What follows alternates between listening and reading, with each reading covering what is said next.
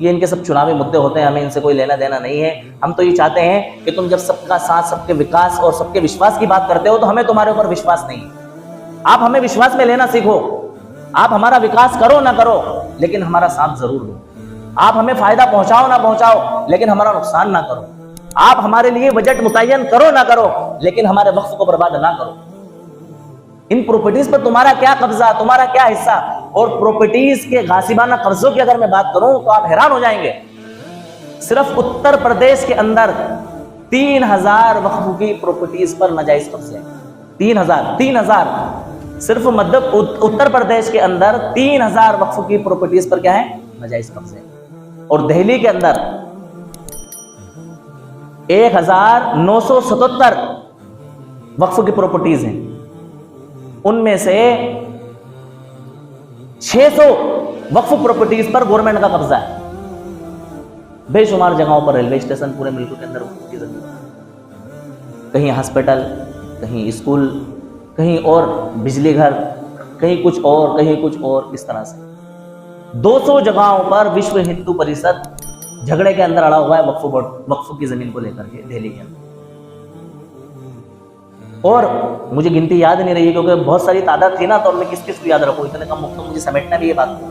تو ایسے بے شمار جگہوں پر, یعنی کہ اگر کسی جگہ پر 1000 وقف کی پراپرٹیز پائی جاتی ہیں تو اس میں سے 800 پراپرٹیز پر جو ہے نا ناجائز قبضے ہیں. صرف 200 وقف کی پراپرٹیز وقف کے انڈر میں ہیں اور وہ بھی کسی طرح کی نہیں ہے بلکہ کیا ہے, لنگڑی لونی.